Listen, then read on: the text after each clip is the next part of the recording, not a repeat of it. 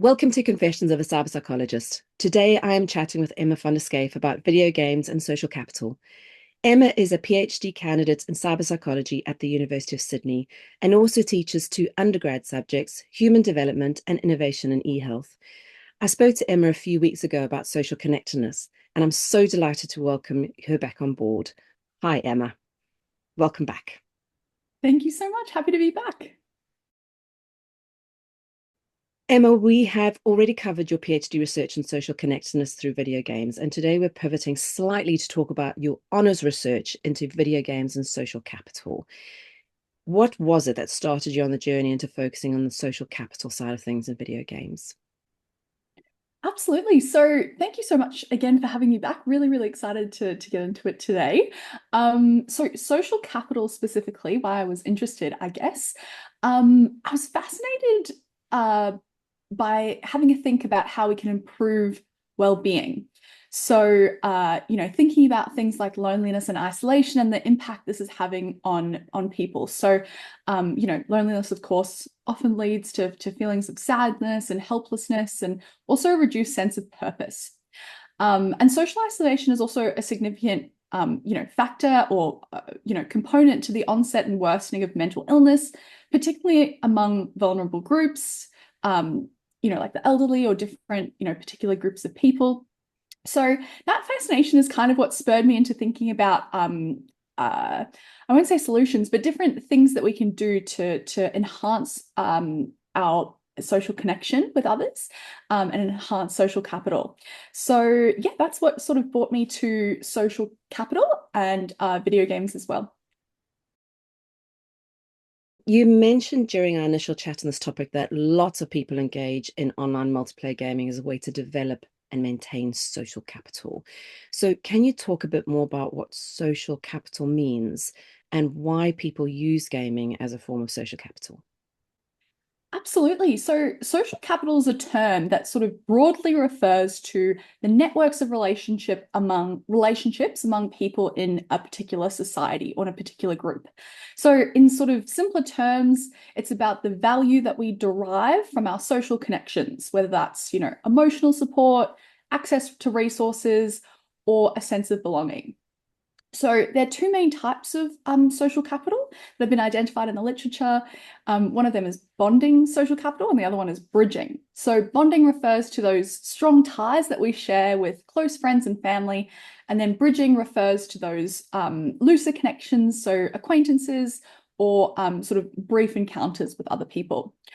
When it comes to gaming, particularly online multiplayer games, they serve as a really unique platform for building both types of social capital, actually, so both bonding and bridging. These games can be inherently social in the way that individuals play them. So they require those elements of collaboration, communication, teamwork, and players can form really deep bonds with with team players as they work towards shared goals. And I guess what's fascinating is how gaming communities offer opportunities for bridging social capital specifically. So being able to connect people from all different walks of life in these virtual spaces and breaking down traditional barriers like geography, age, culture. And so you might, end up gaming and meeting someone from halfway across the world and developing a friendship as well with them. So we've also found that, things like social connection and even in the gaming space can help with things like referral to mental health support. So there's a lot of benefits to development of social capital in these spaces. So, in terms of bridging, so building a relationship with others, how would someone go about kind of a bridging type of activity in the offline world, just to kind of relate it then back to how people do bridging in a gaming environment?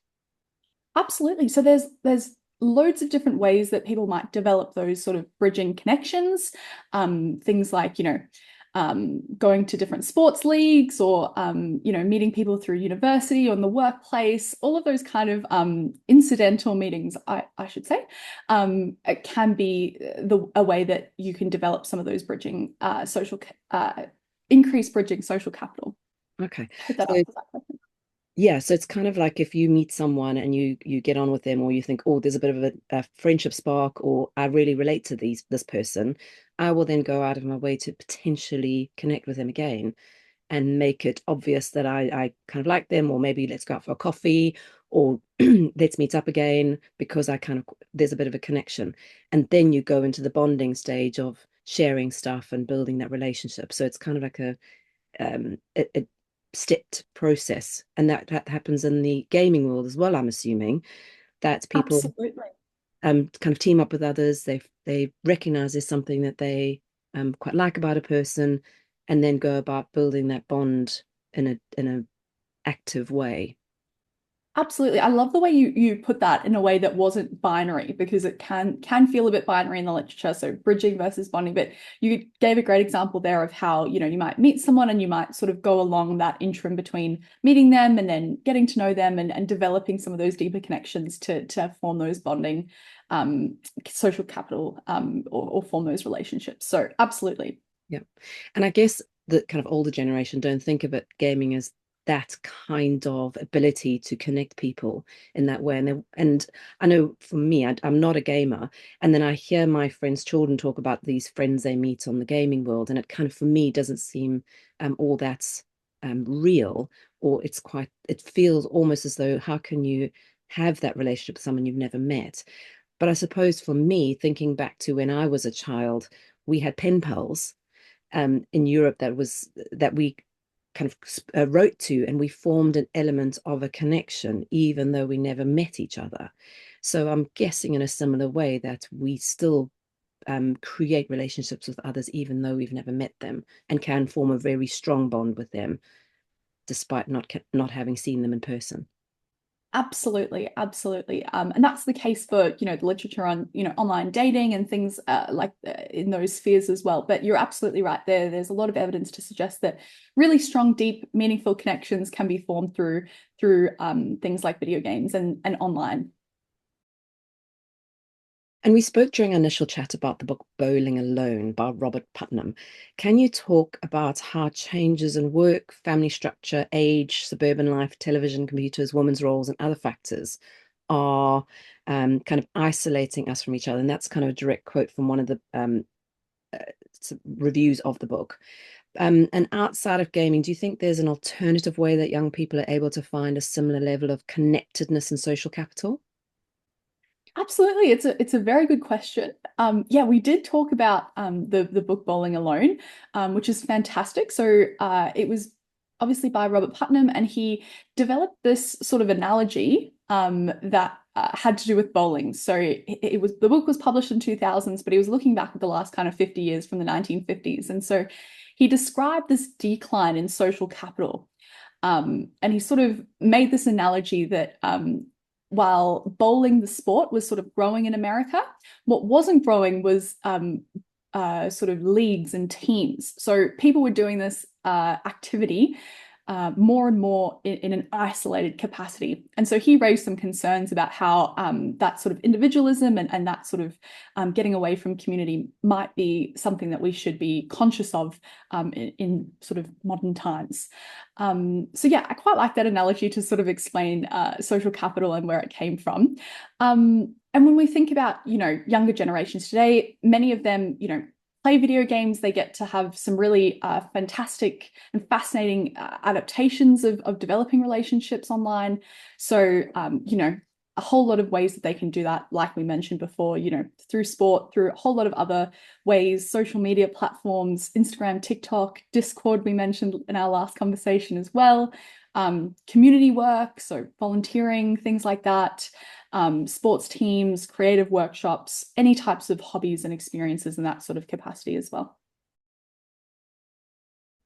And I'm guessing most young people, they integrate offline and online into one space, whereas potentially the older generations who haven't grown up in a digital world separate them out as that's online world, this is offline world, whereas younger people integrate them into one. So if they connect with someone offline or online, it makes no difference to them in terms of their connectedness or social capital. It's all one and the same. It's a very, very interesting point. We do find that some people have sort of a clearer delineation of that online relationship versus their offline relationships. And then other people, like you mentioned, have less of that sort of binary components and have more of an element of, just seeing my friends, and whether that's online or offline, those sort of things are a little bit less pronounced, a little bit more blurred. But absolutely, absolutely. It can be delineating for some people and not for others. Is it possibly, because you mentioned earlier about mental health and how some gamers find it easier to talk to people in the online multiplayer games about mental health? Do you think that potentially they're more likely to reveal mental health issues to those who have not met them in person before versus those who they possibly know in person, who might then know others who they know in person? So, what the question I'm trying to ask is, are people more open to talk about their mental health issues online to those they don't connect with offline versus spending revealing more about their mental health issues to those in an offline environment who may know them and judge them in a flesh form? Absolutely, absolutely. It's a really, really good question, and it kind of depends on the individual. So some research has suggested that opening up about mental health for some people, it's really important that they feel like they're in a safe environment and with someone that they know and they feel really comfortable with. So that might be, friends, family, people who, they interact with on a daily basis. For others, like you sort of alluded to there, being able to have a chat to people who they don't know and sharing that, kind of like the online disinhibition effect. They don't feel like it's as scary, as nerve-wracking to be able to open up about some of those components. So that anonymity can be a really, really powerful tool to be able for them to open up and chat about things like mental health. Yeah, so it is an individualistic thing rather than a most gamers only speak to those online about their mental health. Absolutely, absolutely. If you talk to most gamers, you get a kind of perspective on how they view the relationship with other gamers they spend a lot of time with. What is the general viewpoint of gamers when it comes to their online gaming friendships? A very, very good question. There were a whole lot of themes that we sort of pulled out from our research, having, asking gamers about their perspectives on those relationships. A lot of them did identify that these relationships, though, were very meaningful to them. Their online friendships were built on these shared experiences and mutual goals and hours of collaborative play, and they really valued these relationships. Of course, there were some positives, and then we can also get into some of the negatives as well, of things that they sort of brought up. So we alluded to a little bit earlier, but anonymity was one that some people really enjoyed. They thought it fostered a sense of psychological safety, which encouraged genuine reactions and really meaningful connections, while others didn't really partake in having that anonymity and didn't feel like that was important for them in terms of their psychological safety and their enjoyment of the game. A lot of participants let us know that they felt like it was an opportunity for them to be their really authentic selves. So this shared interest in gaming served as a common ground where they could sort of freely engage and interact with one another and really be themselves.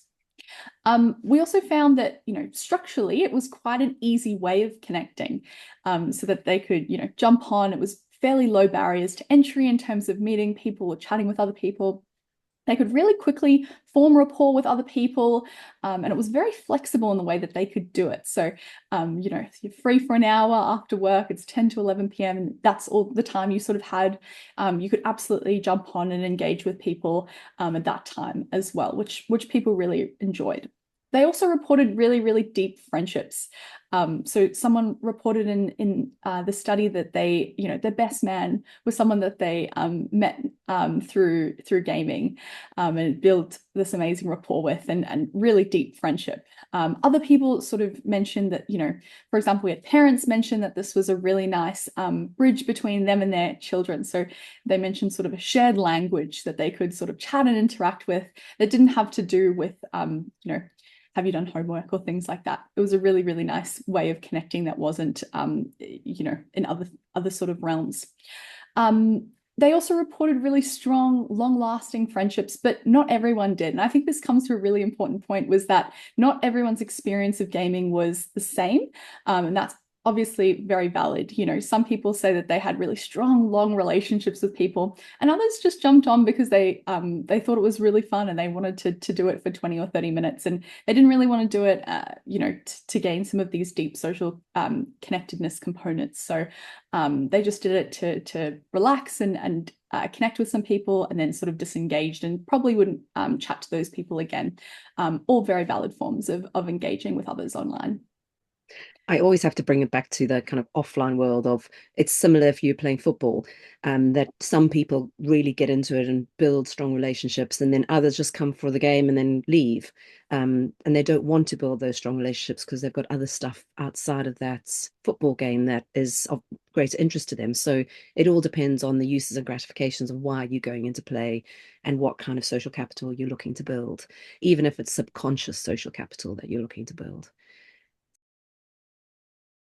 We spoke earlier about kind of mental health and conversations around mental health in the gaming world, but you also mentioned during our initial conversation that there are several older gamers who take a type of mentoring role of younger gamers. Can you talk a bit more about this? Yeah, absolutely. So this was one of the interesting findings that were reported to us. So in online communities, it wasn't uncommon for these more senior members or more experienced players to take on a mentoring role when interacting with younger or less experienced players. This was sort of a dynamic and natural outcome of collaborative and supportive environments that gaming can offer individuals. So mentorship in gaming can take various forms, you know, teaching different kinds of gameplay mechanics. And people also had reported that more senior individuals could also offer life advice and support as well. So it wasn't just game specific, which was very interesting. So one of the primary ways that mentorship, I guess, sort of manifests in these is through shared knowledge. So, you know, experienced players guiding younger players by explaining strategies, navigating complex challenges, and also offering advice on their sort of skills. And we found, for example, a lot of individuals got to develop their skills like English, for example, if that wasn't their first language. So reported feeling more comfortable speaking English and being able to sort of practice it in this environment, which was really, really cool. So, you know, obviously it's a very dynamic thing, mentoring, and it can extend beyond the game itself to those communication skills, like I said, cultural understanding, or even sort of navigating life's challenges. That's fascinating because we often talk about young people just as they violent video games and therefore they're the ones who become violent. But actually, we don't always consider these positive elements of they're being mentored and they're learning a new language and they are building friendships and they're being supported. And it's not just about the game, although there is some element of escapism and some element of enjoyment in the process. But there's so many of these personal life skills benefits that a lot of players get from spending time with others in a multiplayer online game. Absolutely. And it's, you know, to your point, it wasn't a passive sort of thing, you know, oh, I picked up English or I've got skills in this particular area. These were individuals that rated these as sort of the best things that they got out of gaming. So really active engagement in these type of elements, which is really, really awesome. And one of the upsides of online multiplayer games is exactly that players get to meet and form friendships with diverse communities across the globe. Um, what value do you think there is in this type of relationship building, not just in about learning a new language or perfecting their language or the mental health or the coaching side of it? What other value do people get from building these types of international relationships? Absolutely. Another good question. So the diversity obviously inherent in these online gaming communities was reported to significantly enhance the social experience, according to the participants. They really enjoyed being able to meet and to interact with people from across the globe and learn about cultures that they identified as things that they weren't sure of beforehand. So the participants came from a wide range of sort of cultural and socioeconomic backgrounds, and they reported that they really enjoyed this sort of cross-cultural exchange and global friendships. So this contributed to their self positively in the way that they were able to develop things like self-esteem and all of these kind of positive components, and also broadened their perspectives and fostered like an inclusive and really mutually respectful environment. Though this wasn't always the case, and I think we'll talk a little bit later about how this can sort of go awry. But the potential for this to be really beneficial in the way of meeting and interacting with people from across sort of different areas of the globe was reported to be something that they really enjoyed. We've really mentioned about online games being a form of escapism, and people and often talk about that element of gaming, and often as academics we speak about gaming as one of the positive things is escapism. And that's okay, because you can also say that about a number of offline games and activities. But what is it about the escape that gaming provides that is so appealing to so many people? Absolutely. So the escape or escapism is referring to sort of the act of seeking relief from the challenges and stresses from daily life through immersive activities. And like you alluded to, people can do this in a number of ways: reading books, doing a whole lot of other activities, hobbies, crochet, knitting, all these types of things are, hobbies that might be fulfilling these sort of escapist goals. Gaming specifically, though, it's a really immersive environment with rich narratives and engaging gameplay that provide individuals a really sort of active way to be able to disconnect. That sounds sort of ironic, but an active way that they can disconnect and focus on something enjoyable and stimulating. So, there's other passive forms: TV, reading, gaming. But being active in this has shown to enhance that sense of escape. So for many gamers, escapism provides not only avoidance, but an ability to sort of recharge and a valuable sort of outlet for stress as well. But we know that, that can be really beneficial. It may not be beneficial when they're avoiding sort of day-to-day activities and important components of life outside of the video game. So there is absolutely that discussion to be had. But yes, escapism can be really beneficial for people to sort of disconnect and recharge as well. I think you're right. So that there is an element of needing to reboot parts of our brain, because we obviously use different parts of our brain for different activities. And as you're chatting, I was thinking, actually, I do that with audiobooks. So I've got whirly brain and I can't stop thinking about something and I really need to kind of have a bit of a break from that, I put an audiobook on, because that stops that thinking side of the brain and gets me into the listening side of the brain. And then I can just re-energize, and then I'll come back to whatever I was thinking about with a whole different perspective. So I've got many forms of escapism, but that's one of mine. And it's a kind of a socially acceptable way to escape. Whereas gaming and multiplayer online games isn't socially currently the acceptable way to escape. But we all need to kind of recognize that this is one element rather than just really bad.